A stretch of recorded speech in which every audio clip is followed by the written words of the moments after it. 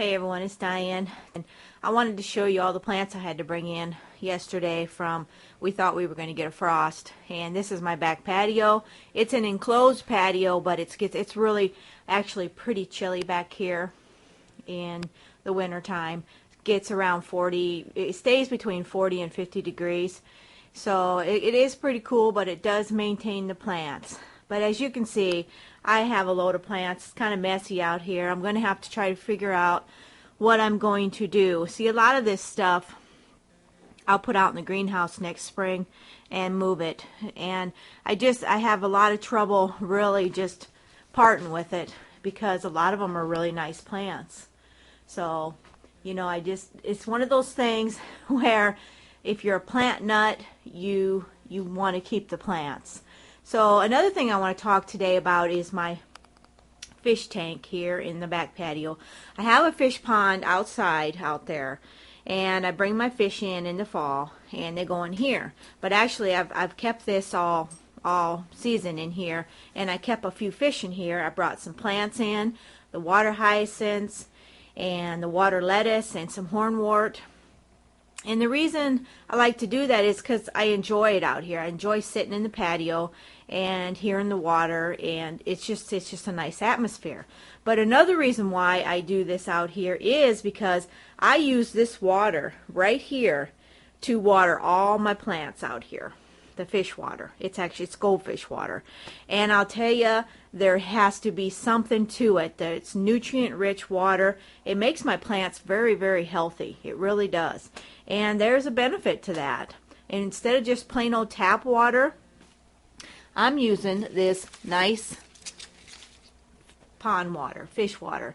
And it's actually wonderful for the plants. As you can see, these guys are flourishing in here right now. They're doing really good. The water lettuce is just multiplying like crazy. But the problem will be later on is when it gets too cold in here, they probably won't survive. And this room is we're just not able to keep it warm enough, even though we got heat ducts in here. So, you know, it's not, I don't know if it's the insulation. It's on the north side of our house. It doesn't get a lot of sun. It gets some east sun, as you can see right there. But, you know, it's just one of them things where everything will survive out here, but the stuff in the water, in the pond, the little water tank, this is 100 gallons, I believe, 100-gallon tank.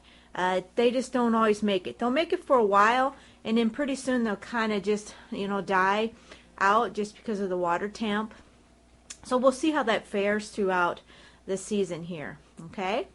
But I just wanted to show you the plants that I brought in. It's a little dark out here. You're probably not seeing things real well. Some of the plants are in here year-round, and some I just brought in, like all the succulents. The succulents down here are going to go downstairs under my lights. Those I'll take out next spring and sell them. And here's my really big fig tree. This thing I'm most proud of. It's as old as our daughter, she's 28. And we've had this fig tree forever.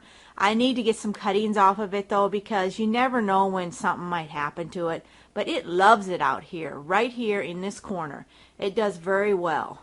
And it's one of my favorite plants, and it's got a little sentimental reasoning for it, because it's, you know, I had it when our daughter was born. Really crazy to keep a plant that long. But it's wonderful that it has survived. So that's about it for today. You can see my floor needs cleaned. You see my tomatoes, I brought them in since we were cold last night, and my peppers. And Roxy, she's content out here, but we got to get some space. It's pretty messy, as you can see. But I'll get this cleaned up. And, you know, when you got plants, you have mess most of the time. So we'll let you guys go, and we'll see you on the next video. Bye.